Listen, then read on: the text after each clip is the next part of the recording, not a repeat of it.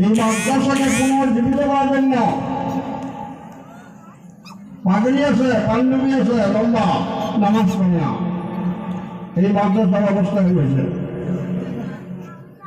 এই মাদ্রাসার অবস্থা হয়েছে।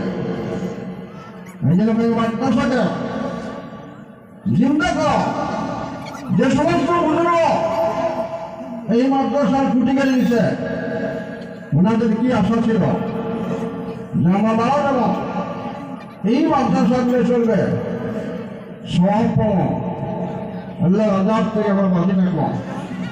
আমরা পাবলিক 1 টাকা 2 টাকা 100 200 করে ধান দেয় কেন দেয়? ফলো করে নাজাতের জন্য, ফলো করে যেটা আল্লাহ জাহান্নামে না দেয়, যেটা আজকে দেখা যায় চালা হয় মাদ্রাসা পড়া নাই,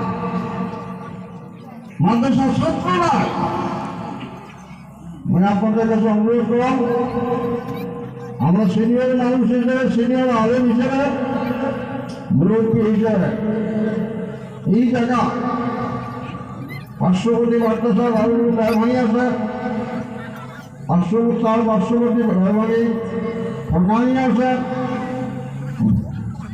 মাদ্রাসা পূর্ণরূপ দেওয়ার জন্য স্বপ্ন দেন এবং ওস্তাদগুলা কেয়ার করে লক্ষ্য দেন যে ওস্তাদ খালি কালেকশন করবে না, পড়া করবে, এটা লক্ষ্য দেওয়া দেখা।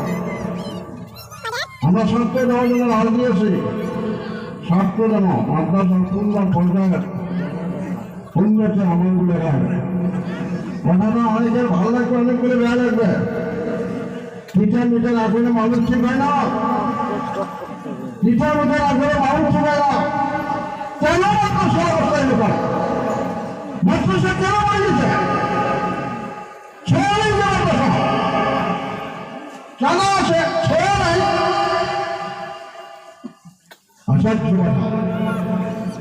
এটা পাবলিকের দোষ, মূল শিক্ষক বলব, মূল কমিটি বলব, বেশ টাকা